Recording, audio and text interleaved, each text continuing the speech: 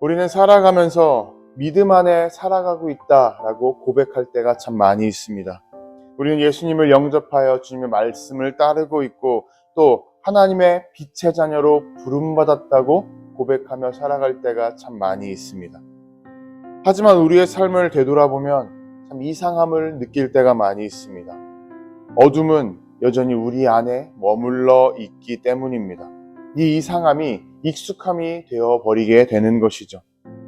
가정 안에서 또 사람들과의 관계 속에서 심지어 우리 혼자 있는 시간 속에서도 우리는 과연 빛의 자녀로 살아가고 있는 것인가 한번 되돌아보는 시간 가졌으면 좋겠습니다. 우리가 빛을 사모한다고 고백하지만 정작 우리 안의 어둠은 너무나도 자연스럽게 우리 심령 가운데에 자리 잡고 있었습니다. 다시 말해서 우리가 어둠 속에 너무 익숙해져 버렸다고 할 수 있는 것이죠. 익숙함을 깨닫지 못한 채 살아온 우리에게 바울 사도는 분명하게 선언하고 있습니다. 너희가 전에는 어둠이더니 이제는 주 안에서 빛이라, 빛의 자녀들처럼 행하라. 바울의 이 선언은 자세히 보면 우리의 마음을 참 서늘하게 만드는 선언입니다. 바울 사도는 우리에게 어둠에 있었다라고 말하는 수준을 넘어섭니다. 어둠 그 자체였다고 말하고 있죠. 그만큼 우리의 존재는 주님 없이 빛과는 전혀 상관없는 삶을 살고 있었다고 의미하고 있습니다. 그런 우리를 향해 이제는 빛이라라고 고백하고 선언합니다. 빛을 향해 걸어가는 존재인 것뿐만이 아니라 빛 그 자체로 살아가는 사람이 되었다라고 의미하는 것이죠. 그래서 사도 바울은 이렇게 권면하는 것입니다. 빛의 자녀들처럼 행하라. 여기서 중요한 것은 빛이 된 존재라면 그에 맞는 삶이 반드시 따라와야 한다라는 사실입니다.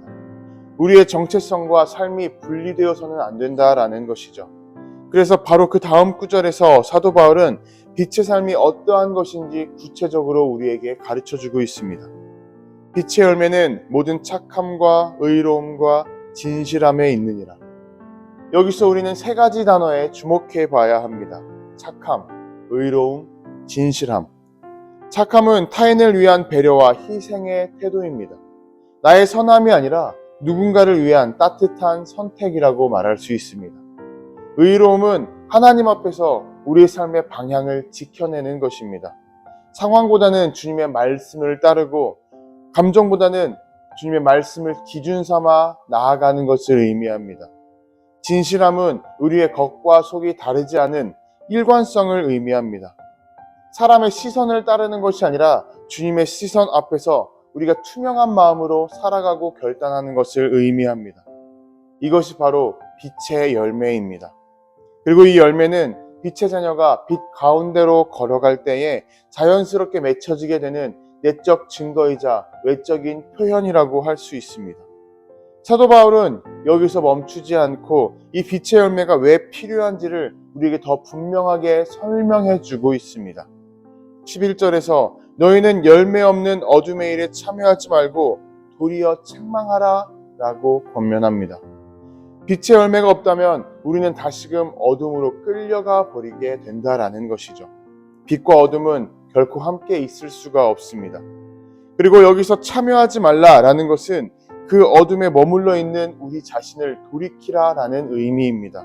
그리고 책망하라라는 말은 단순하게 남들을 정죄하라는 것이 아니라 빛이 되는 삶을 통해서 자연스럽게 다른 사람들 마음속에 있는 어둠이 드러나게 하고 그 사람들이 어둠을 깨닫게 하고 어둠 속에서 벗어나 빛으로 다가올 수 있게 하라는 의미입니다. 다시 말해서 빛의 자녀로 살아간다는 것은 나 혼자만 잘 살아가는 것이 아닙니다. 어두움에 갇힌 다른 사람들을 밝혀주는 사명이 우리에게 주어졌다는 것을 의미합니다.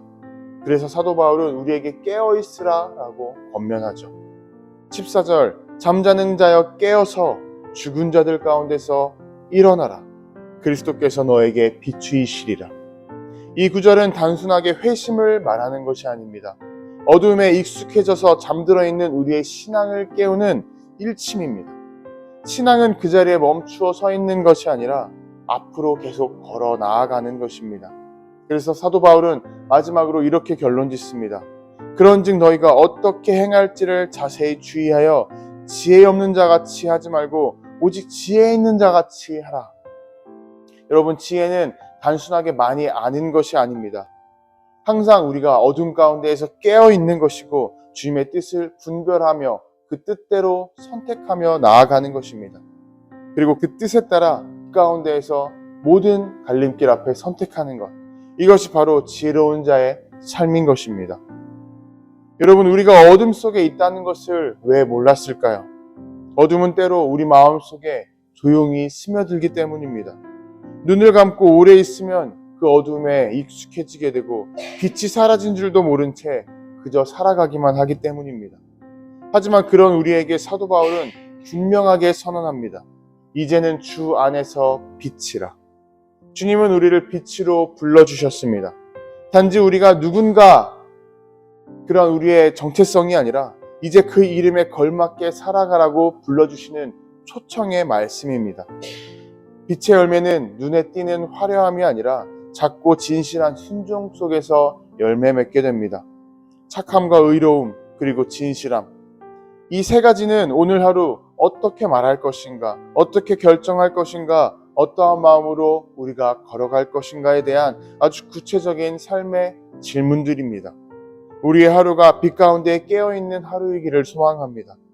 어둠과 타협하지 않고 빛의 열매로 걸어가는 하루가 되기를 소망합니다. 그리고 그 삶 속에서 다른 누군가의 어둠을 비춰주는 하나님의 빛의 사람이기를 소망합니다. 오늘도 익숙한 어둠에서 벗어나 빛으로 일어나 걸어가는 저와 여러분들 되기를 주님의 이름으로 도전하고 축복합니다.